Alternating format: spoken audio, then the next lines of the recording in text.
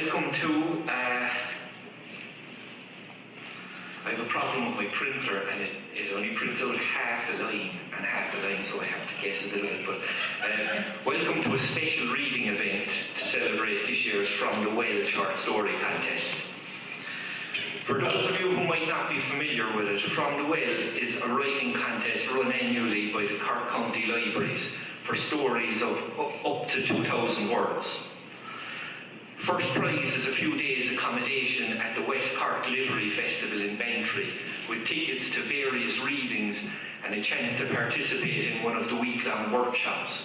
So it really is a writing prize in the truest sense. Even more importantly though, the 20 shortlisted stories are published in the contest anthology.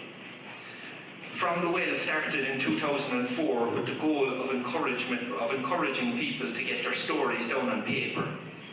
And in the years since, quite a number of writers whose early work appeared in the anthology's pages have gone on to publish widely and to even score book deals and stack up awards. I first came on board in 2014. Judging contests means, for the most part, treading on dreams, so it's imperative to tread softly. But it's my job to whittle down the pile of entries, usually around 150 stories, to the shortlisted 20. Then the other two judges, Claire Kilroy and Emer Ryan, step in, and between the three of us, we argue our way towards a winner. From the Well is a special contest, not only because it is free to enter, but also because it is open to anyone in possession of a library card and with the desire to write. Writing is for everyone, and nobody has ownership of it. You don't need a degree to be able to write a story. You simply need to have a story worth telling. For a writer, what matters is the work, and what counts more than anything is the story. Publication, awards, and praise are all things that keep us moving forward, but the achievement is in crafting the story or the poem or the novel. It's always about the work itself. So on that note, I'm going to introduce today's readers. Maybe we'll take it one at a time. So the first reader is going to be Alan Egan. Alan is a native of Cork City. He's fascinated by Cork's diverse history and with the array of characters who daily walk its streets.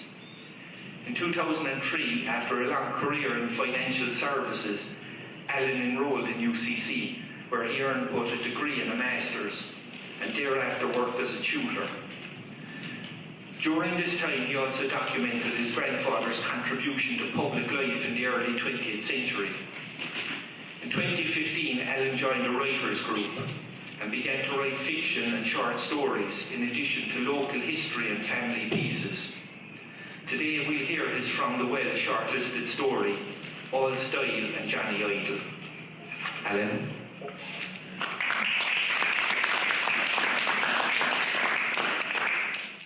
The name of the story is called All Style and Johnny Idle, which was an expression that my mother and her sisters, my aunts, used to use back in the 50s. This story is not about the 1950s, but there is a very slight connection to it that was always taken with the expression. All Style and Johnny Idle. It was a mystery to everyone as to where Angelique got the money from. In fact, there were many in the parish who had long wondered where she got her name. The seed and breed of the entire clan was well known in the locality. The succession of Dans and Jeremiahs, of Marys and Kathleen's, the only deviation being the occasional Sheila. And no relatives out in America or Australia or anywhere else that might have triggered such an exotic name. Whether or which, Angelique herself didn't seem to give one toss about the old biddies twitching and muttering in the post office, or after the 12 Mass on Sunday, where she always turned up, like something straight off the pages of Vogue. It was as if the family was predestined to be an unending source of excitement, surpassing even old Maloney's contract with the co-op, and the exploits of the Junior B footballers every 3 or 4 years. Didn't people still point to the spot on the back road to Crossbarry where Angelique's mother had been sideswiped by the oil truck on that frosty December Tuesday? Died instantly, they'd say, leaving Danny and the little one in the hands of an incapable father. And then they tell you about Jerry, never managing to get over Kate's death, struggling with 2 lively kids and spending more time on a high stool in Crohn's than tending to his cows. Anything he had was long gone before he died, everything went far. Then he got that course, along with a fine hefty mortgage. But fair play to him, he was making a right good fist of it. The big surprise was that Angelique upped and married John Mulvihill of all people. Mick Foley was the one who got the biggest shock of all, Benny having his heart set on her ever since that time on the school bus coming home from St. Colman's Bound College. John Mulvihill began. He was one of 12 from way over beyond Ireland, and according to Joe Doyle, who should know, was making good money in the pharmaceutical plant below at Brenny. But still, John Mulvihill. There wasn't one who would have accused him of being a bit of a lad, he being known more as a drinker than anything else. And what Angelique saw in him was hard to say. She could have had the pick of them, Mrs. Daly remarked, and if Mrs. Daly said something in that tone, you could take it as gospel. Maybe, said Nora Hurley, maybe she's used to a man who spends his evenings out of the house. Now the house in question, with the bungalow over by Knockerville, the one that the Furman couple bought in the 80s. Them Germans were never happy there, was Mrs. Daly's opinion, but they still made sure that John and Angelique paid the top $1. Yet, despite the high price and the big loan that must have gone with it, Angelique was able to reduce her hours in the centre, and she got a new Yaris. Well, not new, but new to her anyway. I told you he was on good money, didn't I, Joe Donovan said. And the same Joe Donovan must have been on the ball, because it was soon after the wedding that Angelique started the fashion.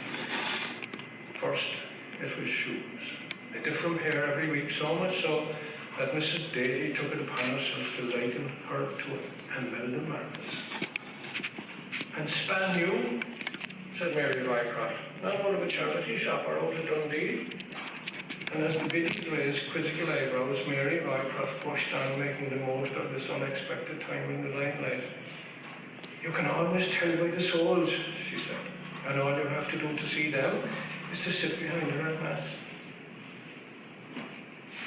The announcement of 100 job losses at the plant came out of the blue, and the news soon emerged that John Mulvihill would be among the first to be laid off after Christmas. That would put a stop to a gallop, was all Nora Hurley could say. But no. Well, there might have been a bit of a slowdown for a month or so, but that was during Lent, it must be said, and after Easter, the centre aisle of St. Patrick's became like the catwalk again. And the poor husband, said Mrs. Daly, below Cronin's every night, and if he's not there, it's because he's above in the Blackcock. It's a wonder Father Kelly doesn't say something, declared Mary Rycroft, who was getting more emboldened in herself at that time.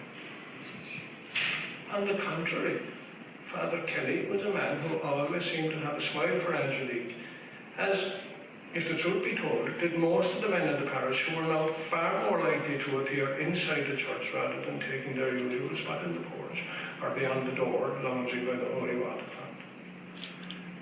Must have been an inheritance, Nora Hurley insisted, but not one of the biddies could think of any possible benefactor inside or outside the family. Joe Donovan's wife Kitty was of the view that, unbeknownst to Danny, she must have got something from her father after all. But Mrs. Daly, whose niece worked for Moran solicitors in Bandon, promptly ruled that out. And the greater consensus was that she was the anonymous winner of the Lotto +1, the ticket sold in Ryan's in a scheme. It would be just like her, said Mary Rycroft, not to do it where she worked, just in case, like. But the biddies were barking up the wrong tree. The only one who knew the truth of it was Mick Foley. Mick Foley, who had wandered into Angels in Cork City late on the evening of the Junior B semi-final in Park Ewing. Mick Foley, who was first amazed, but later quite pleased that she hadn't even bothered to change her name. Mick Foley, who had loitered in the shadows of the said club on 3 more occasions and who was quietly working up the nerve to ask the love of his life for a private dance. She could hardly say no, could she?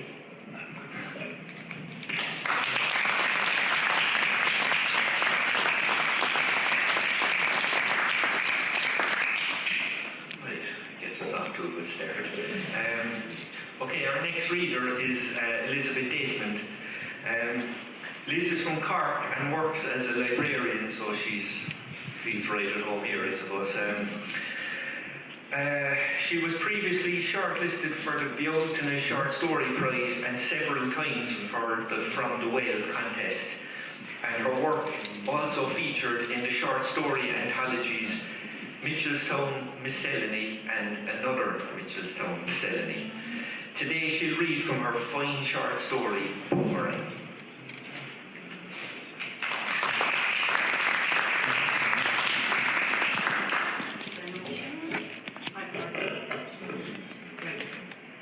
Sorry, I'm really short.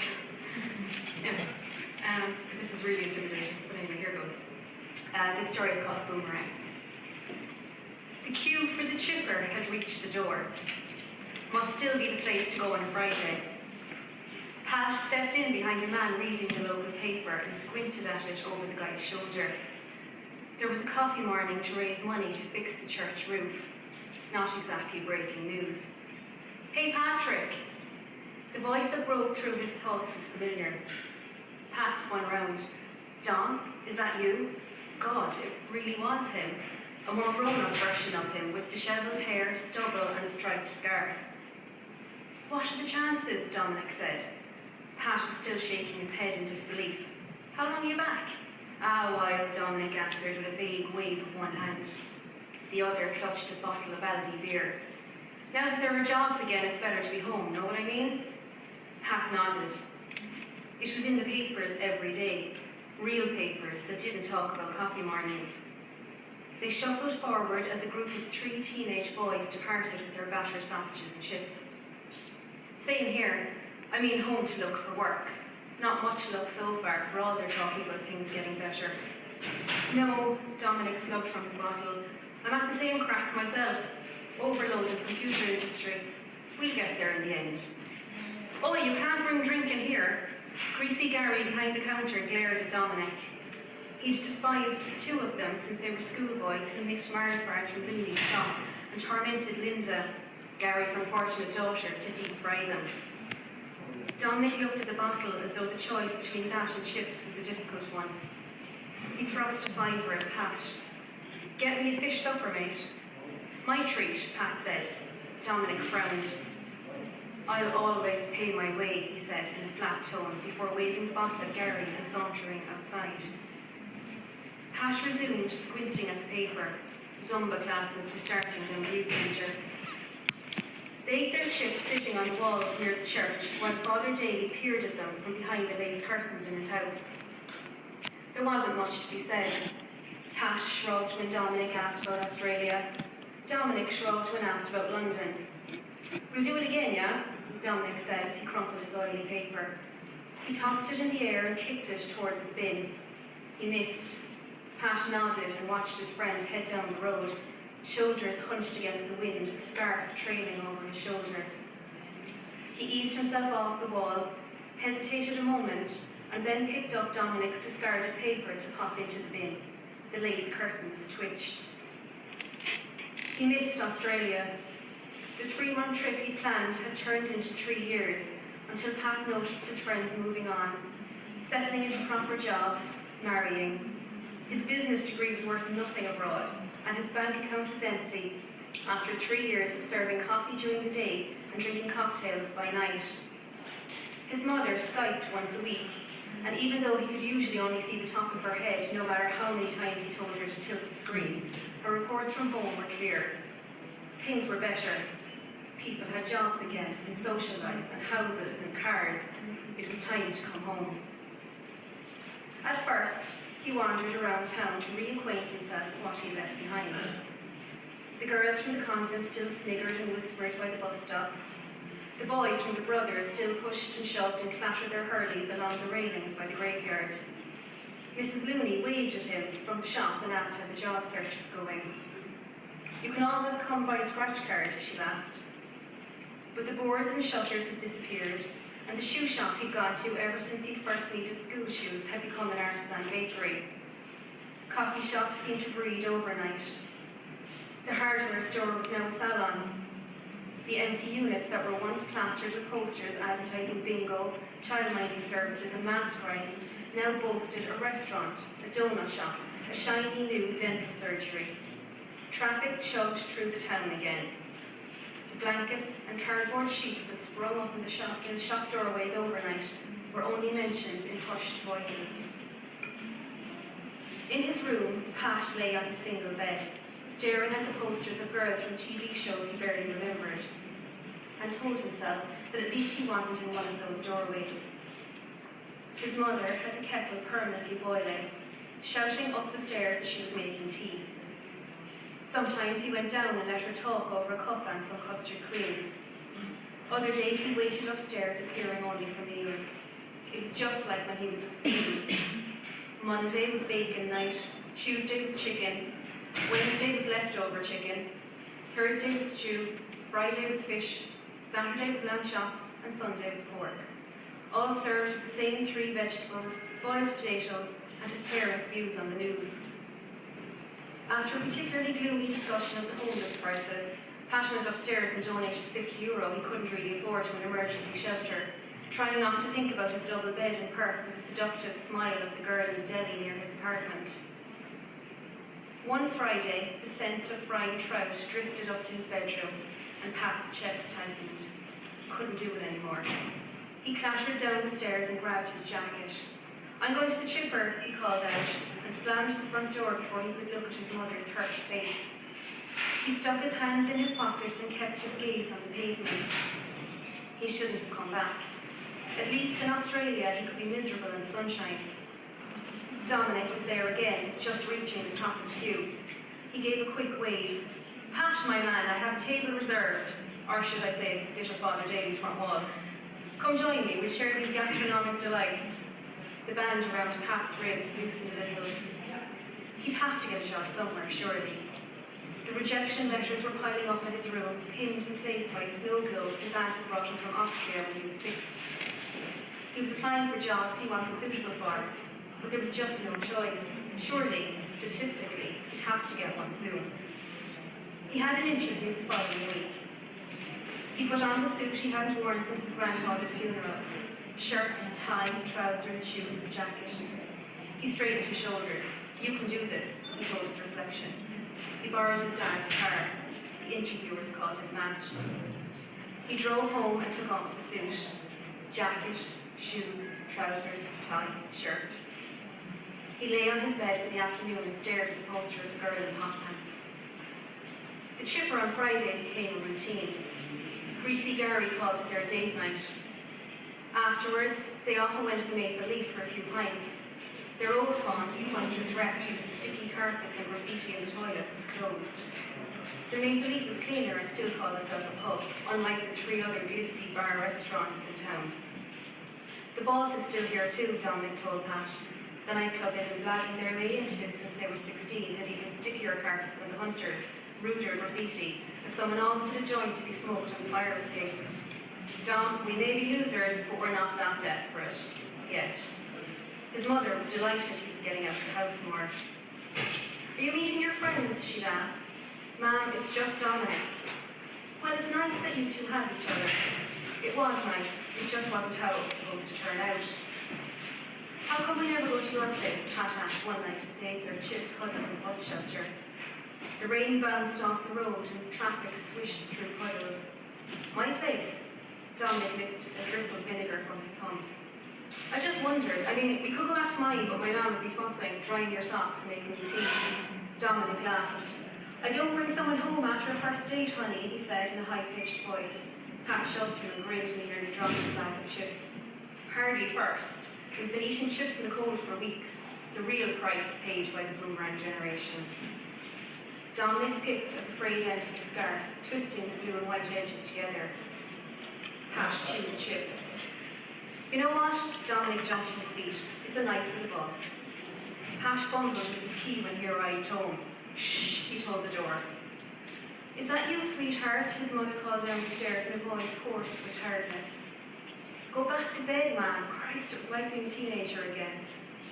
The headache and dry mouth the next morning didn't prevent him from devouring the pancakes his mother made. She eyed him. "Are you feeling all right?" "I'm grand." "You look a bit pale." "I'm grand." "Were you crying, sweetheart? Oh, your eyes are a bit... For God's sake, ma'am."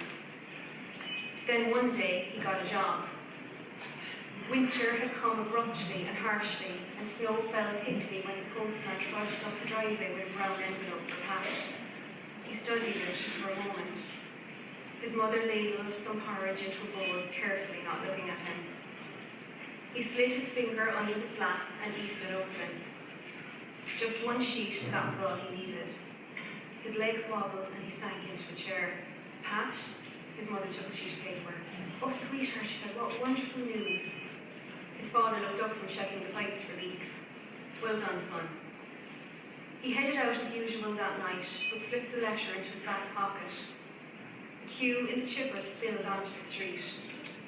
Those outside stomped their feet and blew onto gloved fingers. Pat stuck his head in the door. No sign of Dominic. The clatter of a helicopter overhead cut through the chatter of the queue. As one, the crowd lifted their heads and watched it. "Second pass today," someone said. "Probably taking pictures of the snow for the local news," another voice suggested.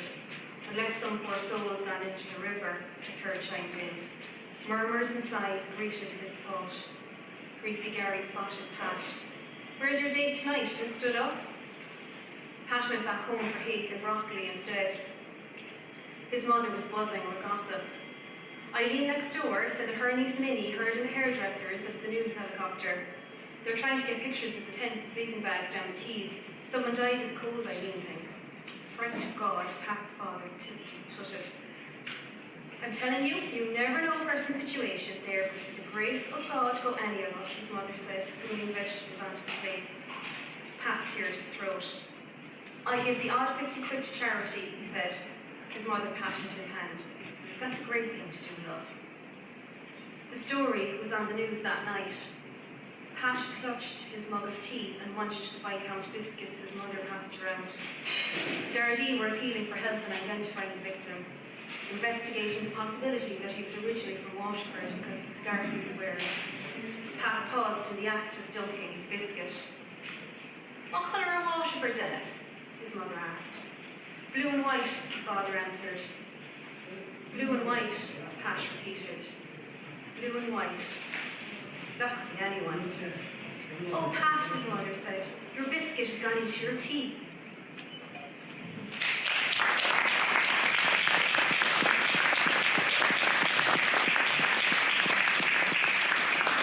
Well done, Liz. Okay, our final reader today is Patrick Doyle. Paddy was raised on a farm in North Kilkenny. His work has appeared in Revival's Skylight 47 and Kilkenny Poetry Broadsheet. He lives in Kinsale and is working towards a first collection. Paddy won the From the Well prize in 2015 with a short story called Bunker, and he wins again this year for Matador, which is the story we're about to hear.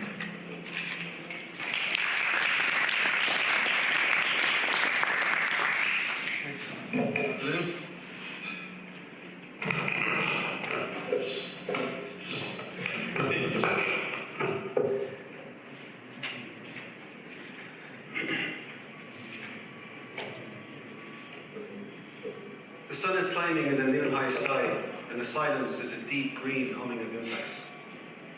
Ned Dewan is out in the yard working cattle with his father, the King Dewan, a far-famed man with a prize-fighter's frame and a heart of tungsten steel. They have just finished moving the larger cattle into fresh pasture, and are walking back towards the holding pen. Nothing like a bit of heat to bring the shine up in a bullock, says the king. They'll steal the show at the market next Thursday. Ned replies with a slight nod of his head. We never had cattle like them, and we had good ones in our day. You should have seen the crowds thronging around us at the fairs long ago. The likes were never seen. Had they been handing out medals, we'd have won every time. But there was no prizes in them days, only money. Although money is medals enough then, I suppose. Ned smiles and nods. He was some man, your grandfather. Slim like you and dark. Never said a whole lot either. But what he did say was out loud and clear, damn who was listening. And you remember what he said? Let me tell you that. He could put a picture in your mind as clear as a star in a winter sky. I can see them still, these bright constellations. Do you know what his definition of a good bullock was? Ned knows. He has heard it more times than the road to mankind, but he also knows that cattle lore is merely the vehicle for a deeper transmission. So he holds his tongue, allows the words to pass between them like a living flame. A back like a billiard table, a belly like a landlord, a side like an ocean liner, and a head like a London nail. The words are intoned slowly, clearly, reverentially. Keys unlocking the doors of the tabernacle, from which the images fly like a flock of golden doves. Ned watches as they rise through the vaulted dome, soar, swoop, glide, free fall through the spinning air, and come to rest on the greening branches of his tongue. Come on, so, open that gate and we'll get this lad sorted before the dinner. And keep your wits about you, lad. This won't be easy. Ned walks to the corner of the yard and opens the gate. The king starts the jeep and reverses the trailer into the opening so that they can load the bull and take him to the slaughterhouse. It's hard to see such a fine animal slaughtered, but he has already attacked the king twice, and the neighbour's kids will soon be on holidays and have trips in the fields. Ned opens the tailboard and lets the ram fall into the yard. The cattle start snorting and switching their tails. The king jumps out, eyes blazing, and slaps the side of the jeep with his stick. He can sense the danger now, and what is deepest in him is being fanned to a flame. He bangs the gate, rattles the railing, roars, slaps a heifer, works himself into a frenzy where he hopes to glimpse again the majesty of all that he was, all that he could have been. Stand over here, he roars. I separate them and you guide them in. He slaps another heifer, who snorts, flashes him a kick. Fucking cunt, he roars, slapping her again. His face is flushed. The cattle are bawling, shitting, thrashing blindly about the pen. Ned knows his father is working against them, but there's nothing he can do. Time after time, Ned has tried to make him listen. Give them a moment. Let them settle. Keep the stick down. Work them one at a time. But he cannot hear. For this is how he is, how he needs to be, in the thick of the fray, surrounded by beasts, wielding a stick. They're too tight, Ned yells. Open the middle gate. Stand into them and use your fucking stick. Shot! Go on! Shot! Get back, you bastard! Shot! Shot! The smell of sweat and cow shit permeates the air. A heifer goes down and is trampled by thundering hooves. Ned scrambles to her feet, wild-eyed. Or she scrambles to her feet, wild-eyed, and is swallowed again by the maelstrom. Eyes flashing, legs lashing, great bodies crashing against each other like the ships of the doomed armada. Ned moves through it all like silent white lightning. He feels as if he's dancing, as if the world is turning to his feet. Instead of challenging the cattle, he channels their momentum, glides over to the gate that divides the pen and opens it, allowing the cattle to flood through. When the first wave has thundered past, he pulls the gate closed, leaving the bull and 4 heifers behind. He stands still, stick down, and lets them settle. They have just stopped moving when his father jumps in and slaps the bull across the face with his stick. He slaps him again, attempting to drive him into the open trailer. The bull starts pawing the ground. The king slaps him again. One of the heifers runs up the ramp and into the trailer. The king grunts and runs after him. The trailer becomes a bedlam of shouting and banging until the heifer finally pummels down the ramp, legs splayed. Moments later, the king appears, shirt splattered with cow shit, face gnarled with frustration. He steps back into the pen just as the bull is beginning charging. His eyes almost pop from their sockets as he realises what's happening. Ned springs and pushes him out of the way just as the bull's horn gores the space where his liver had been. Ned falls to the ground on top of his father, who tries to push him off and get up. Ned holds him down. The king tries again, but Ned presses his forearm to the king's neck. "Stay down," he says, realizing for the first time that he is stronger than his father. The king sees it too, and something in him dies. "Crawl out under the railing," Ned orders. The king looks at it, confused. Then he rolls out under the railing and lies on the ground among the thistles and the pineapple weeds. Ned springs up and slides to the middle of the pen, hoping to draw the bull away from his father. The bull turns to face him, eyes blazing, nostrils flaring. He paws the ground, lowers his head in preparation for a charge. Ned glances at his father and sees that he's proud of him. Expects Ned to do what he would do, face the bull, show no fear. Pick his moment, then rush in and grab the nose ring. That will make the bull pull back for a moment and be helpless.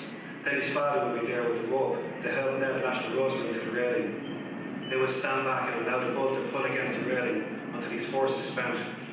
Then load him into the trailer and take him to be slaughtered. On the way home, they would stop for a pint of the grass and tell the story. Then they would drink another pint and tell the story again. And nothing would have changed.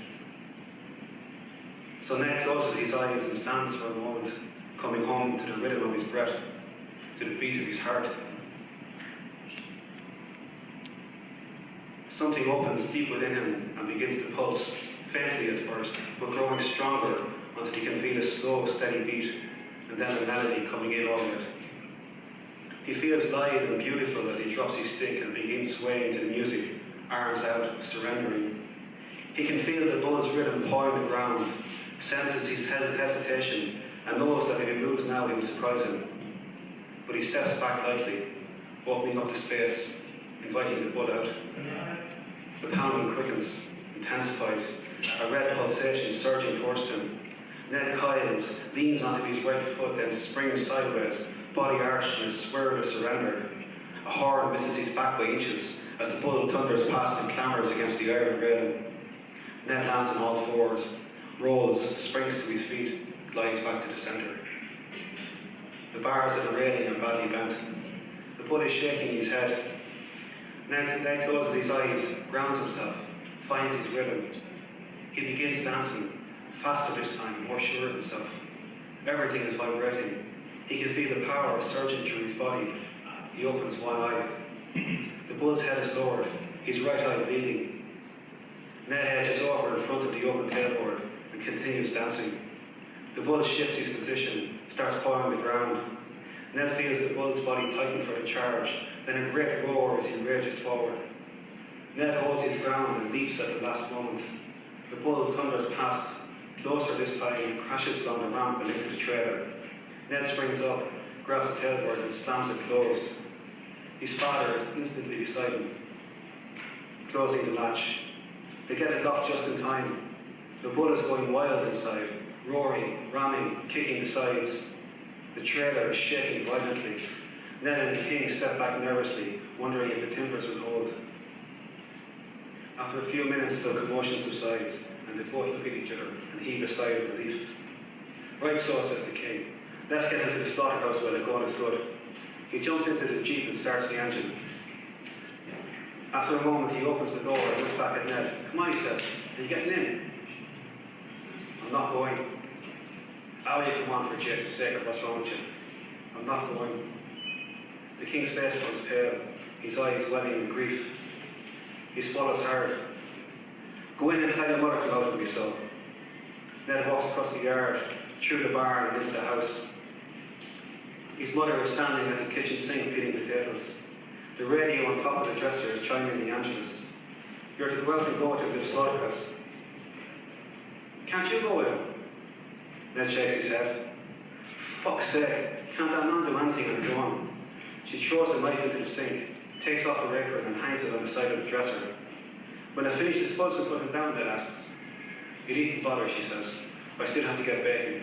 I get it in the shop on the way home when I can have dinner in the evening. It's too hot to eat now anyway." The news comes on the radio. Ned walks over and switches it off. Outside, a door slams, and a bull roars as a jeep pulls out of the yard. Ned opens the fridge, takes out a jug of milk and slugs it down. His coolness flooding through him, slaking his thirst. He stands for a moment, coming home to the warm calm of the kitchen, then takes off his boots, sits into the armchair. He stretches out his legs, allows the weight of his body to sink into the chair. A pigeon coos in the beech tree across the road. A blue bottle buzzes in the doorway. Slowly, the outside world begins drifting away until there is nothing left but the clock's tick and the thought of his thoughts. He allows them to be there until they too disappear into the deep summer stillness.